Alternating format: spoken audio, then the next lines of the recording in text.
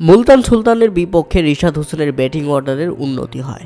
সিকান্দর রাজা এবং শাহিন আফ্রিদি নিজে বসে থেকে রিশাদ হোসেনকে 6 নম্বরে ব্যাটিং করতে পাঠান।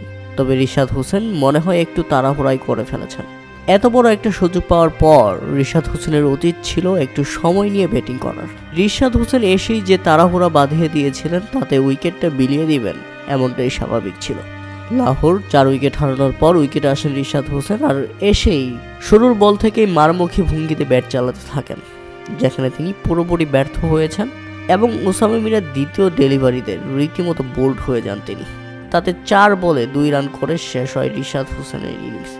সেই সাথে লাহোর কালান্দার ছাড়াই তাদের 5ম উইকেট। রিশাদ হোসেনের উইকেটটা লাহোর কালান্দার্সের জন্য খুবই গুরুত্বপূর্ণ ছিল, তবে রিশাদ হোসেন কিছু করতে পারেনি।